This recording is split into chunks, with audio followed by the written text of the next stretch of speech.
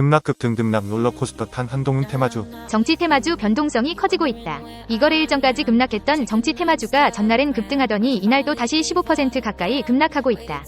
24일 오전 10시 3분 태양금속은 전날 대비 970원 하락한 5,520원에 거래되고 있다. 덕성우 DTNCR로 와이더플래닛 대상홀딩스 대상우도 하락했다. 이들은 모두 한동훈 테마주로 분류되는 종목으로 기업 실적과 관계없이 하견이나 지연 등에 따라 주가가 요동치고 있다. 지난 22일 김건희 여사의 명품 가방 수수 논란을 두고 한동훈 국민의힘 비상대책위원장과 대통령실 간 갈등이 부각되면서 한동훈 테마주 주가는 512% 하락세를 보였다. 하지만 전날 한 위원장이 윤석열 대통령과 함께 충남 서천특화시장 화재 현장 점검에 나서면서 화해 모드로 돌아섰다는 관측이 나오자 테마주가 폭등했다. 이날 한동훈 테마주 약세는 전날 주가가 급등한 뒤 재료가 소멸한 영향으로 풀이된다. 비트코인 매물이 대량 흘러나올 수 있다는 뉴스가 연이어 나오며 시장은 공포 분위기를 이어갔다. 그레이스케일이 또다시 환매 물량인 18,500개의 비트코인을 시장에 내놨다. 2014년에 파산한 마운트곡스 거래소 이슈도 다시 흘러나왔다. 마운트곡스는 파산 당시 보유했던 비트코인 가치가 10년 사이 크게 오르면서 이를 판매의 빚을 청산할 수 있게 됐다. 정작 비트코인은 전날 상승 마감했다. 이더리움 등 알트코인만 급락했다. 이로 인해 비트코인의 시장 점유율도 반등했다. 24일 코인마켓캡에 따르면 비트코인은 0.83% 상승한 39,897달러로 22일을 마감했다. 비트코인은 전날 38,555달러까지 밀렸지만 새벽 들어 반등에 성공했다. 이날 오전에도 반등세를 이어가며 4만 달러 선을 회복했다. 알트코인은 비트코인의 하락세는 따라갔지만 반등세는 따라가지 못했다. 이더리움은 전날 3.09% 하락한 2,224달러로 마감했다. 리플은 1.74% 하락했다. 알트코인만 하락하면서 비트코인 점유율도 다소 반등했다. 이달 중순 51% 초반을 유지하던 비트코인 점유율은 23일을 기점으로 52%에 근접했다. 비트코인 점유율은 가상자산 시가총액에서 비트코인 시가총액이 차지하는 비중을 뜻한다. 통상 비트코인 주도의 하락장 초기나 상승장 초기에 비트코인은 점유율을 올리면서 독주하는 모습을 보인다. 전날 시장엔 마운트곡스 이슈가 또다시 전해졌다. 코인데스크 어스는 일부 마운트곡스 해킹 피해자들이 거래소로부터 비트코인, BCH 상환을 위해 거래소 신원인증과 계정 세부 정보 확인을 요청하는 이메일을 받았다고 보도했다. 가상자산 이용자들은 마운트곡스가 비트코인을 상환하면 피해자들이 받은 코인을 시장에 대량 매도할 가능성이 높다. 마운트곡스는 지난 2010년 일본에 설립된 가상자산 거래소다. 국내에서는 마곡 등으로 불린다. 마운트곡스는 선도적인 지위를 통해 세계 최대 규모의 코인 거래소로 단숨에 성장했다.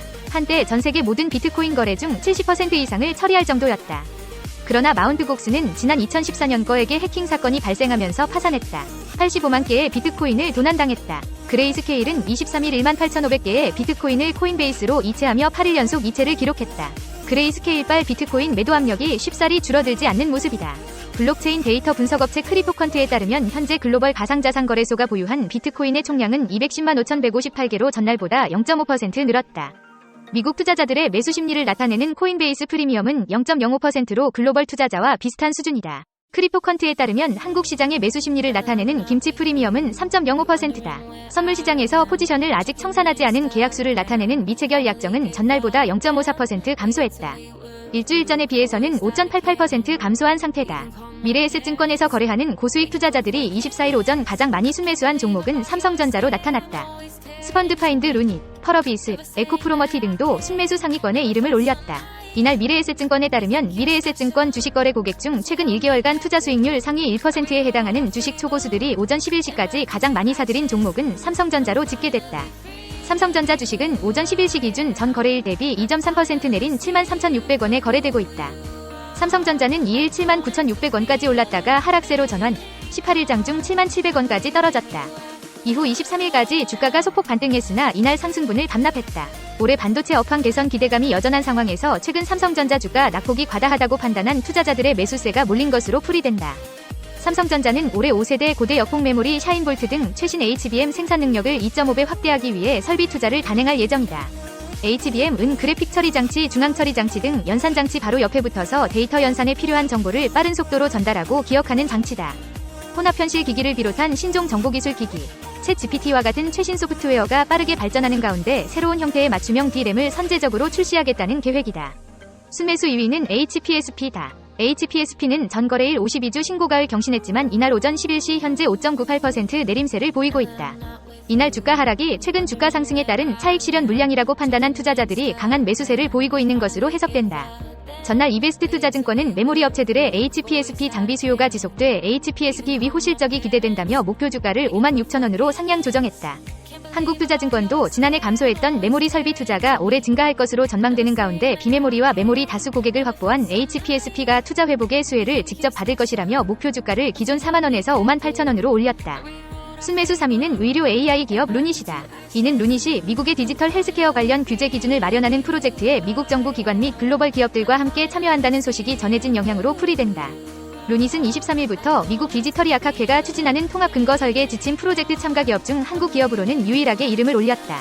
디지털의학학회는 디지털 헬스케어 관련 연구를 수행하고 임상자원을 개발하는 비영리 기관이다. 이번 프로젝트에는 미국 식품의약청, 보건복지부 산하 건강보험서비스센터, 의학협회 등 규제, 보험급여, 의료서비스 등 다양한 의사결정권자들이 모여 디지털 헬스케어 제품 상용화를 위한 가이드라인을 마련할 예정이다.